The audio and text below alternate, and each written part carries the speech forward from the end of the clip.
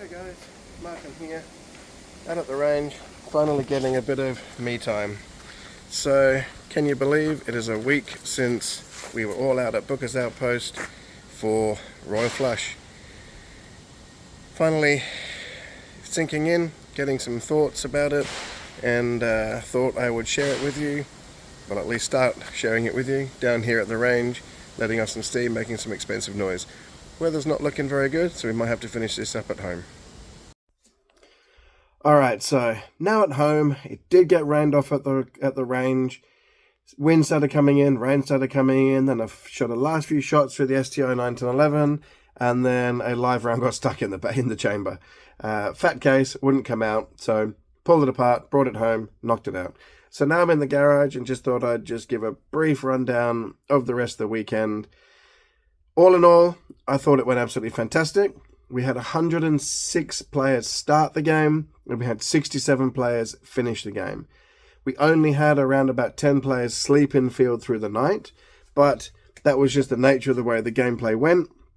Players opted to sleep in the safe zone, in comfort, have a good meal, go back to bed, and then get up in the morning and be nice and fresh for Sunday's gameplay.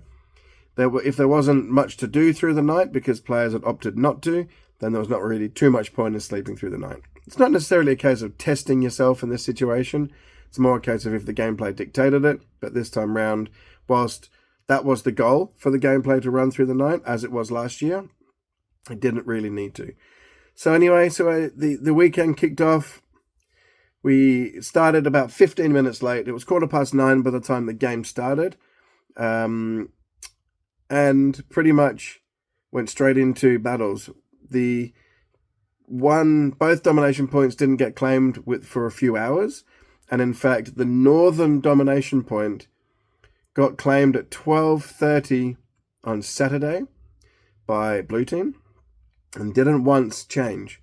So blue team owned the northern domination point for the whole event, bar the first 3.5 hours.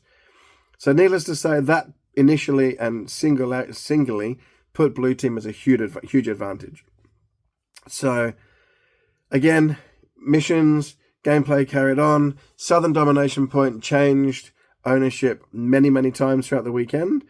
Blue did still own it have the upper hand of it, and the blue team owned the southern domination point for a straight, I think it was 6 hours straight or 8 hours straight through the night, Saturday night. So again, huge advantage to blue at the southern domination point. Now, as far as teams' flags, blue team did get red's flag Saturday afternoon. Red team did get their flag and blue's flag Saturday evening. But before dark, the two commanders opted on a cease or a truce for the flags because red team was now quite low on numbers. So we don't know why. We still have not had any feedback, but by dark on Saturday, red team had lost about 20 players. We don't know. We haven't heard any feedback other than it's come down from second, third hand that some people left because they were not happy with the hit calling.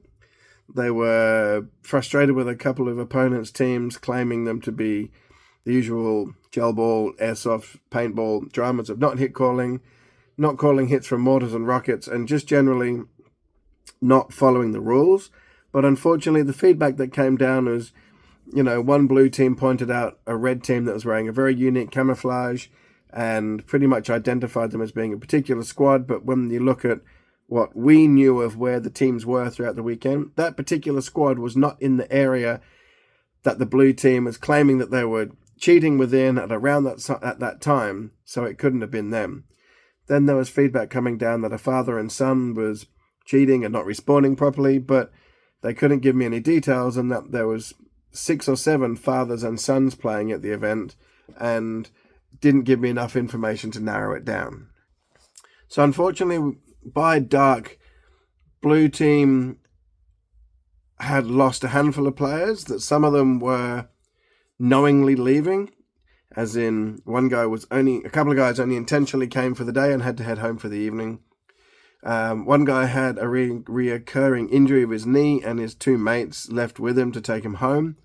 Another guy's work got broken into, so he had to leave to go and deal with the police. So there was around 10 players in total, maybe 15 that we knew of that left that was not really game associated.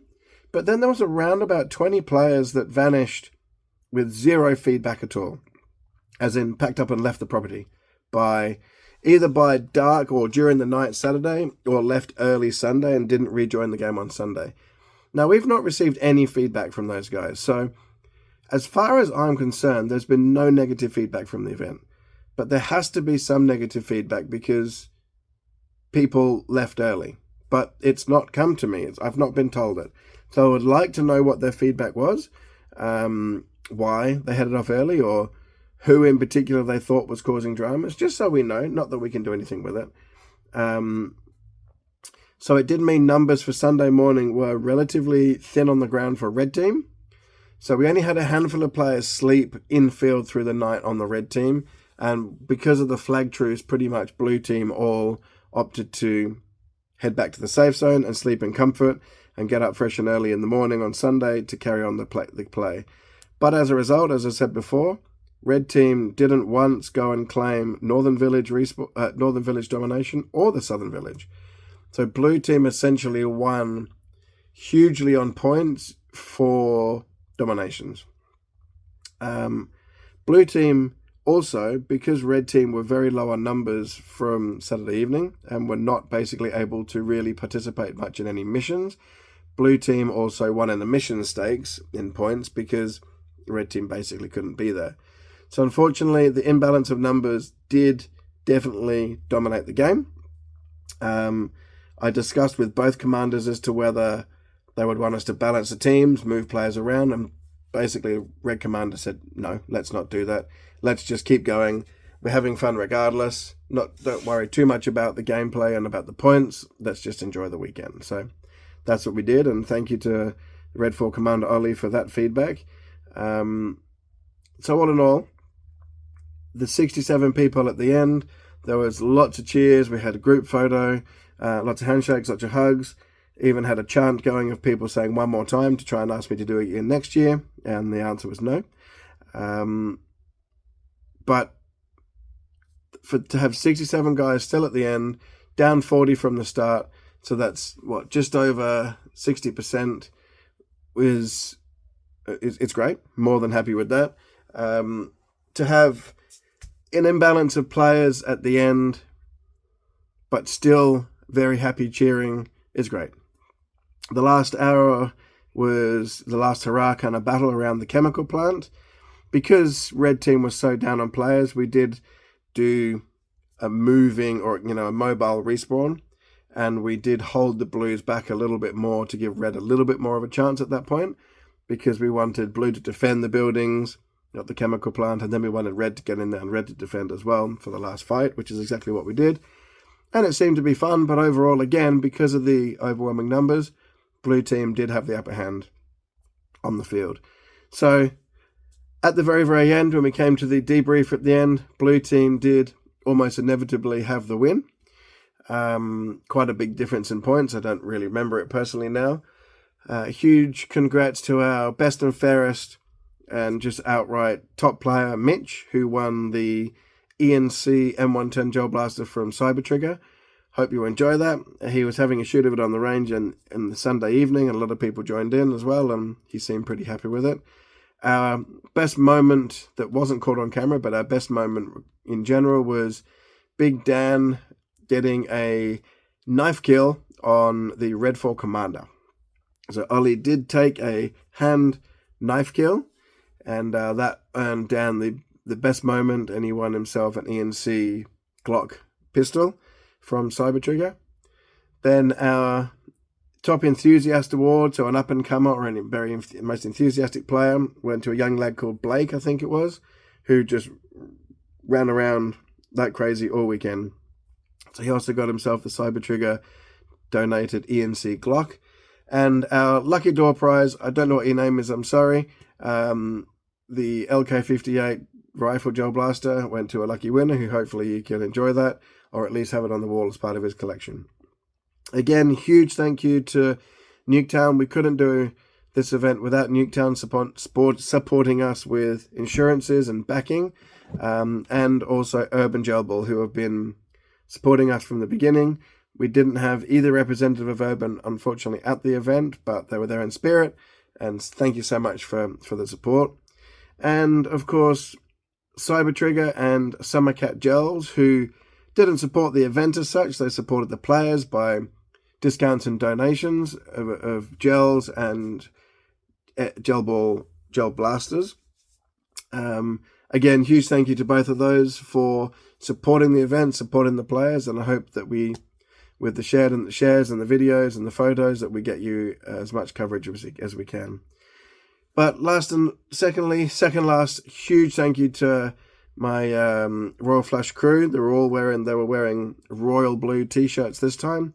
Of course, Iggy, Lucas, Phil, Kurt, Cameron. Is that everyone? Myself. I think it all went really well. We did our part. Every timings were good, apart from starting 15 minutes late. All our timings for every mission was spot on. We've had a bit of fun playing characters. I hope everyone had fun getting to play a little bit, and just a general good weekend out there. I got to play a little bit as well, which is kind of unusual for me. More so I just in the missions. I didn't really join in the gameplay at all, apart from the mission stuff.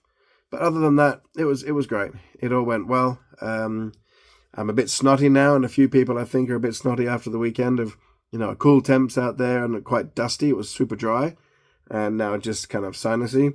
So hopefully that goes away pretty quick. Lastly, huge thank you to Sam, the owner of the property. Again, obviously, without the keys to the gate, well, there isn't a gate, but without the keys, we couldn't run the event. So thank you for pushing me to do it, and we'll see what the property brings after the gasworks in the future. And absolutely last but not least, to all the players, to everyone that drove 2, 4, 6, 8, 10, 12, 20 hours to come, to the guys that flew over from Asia, guys that flew over from Western Australia, guys that drove down from Gladstone, and everyone else. The boys up from Sydney. Yeah, thank you so much. I hope you enjoyed it. I hope you got your money's worth, I guess you could say. The feedback has been good. Everyone has been really positive with comments and everything online. So I hope that just means everyone has genuinely enjoyed it, and we put on a good weekend.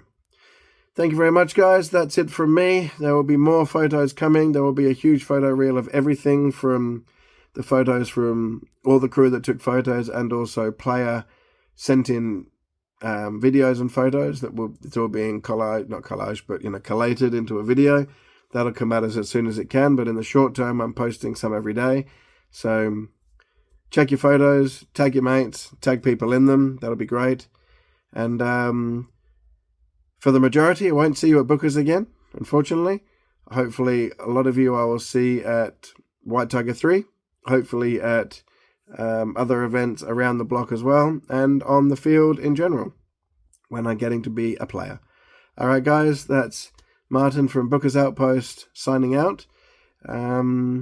Take care. We'll see you again soon.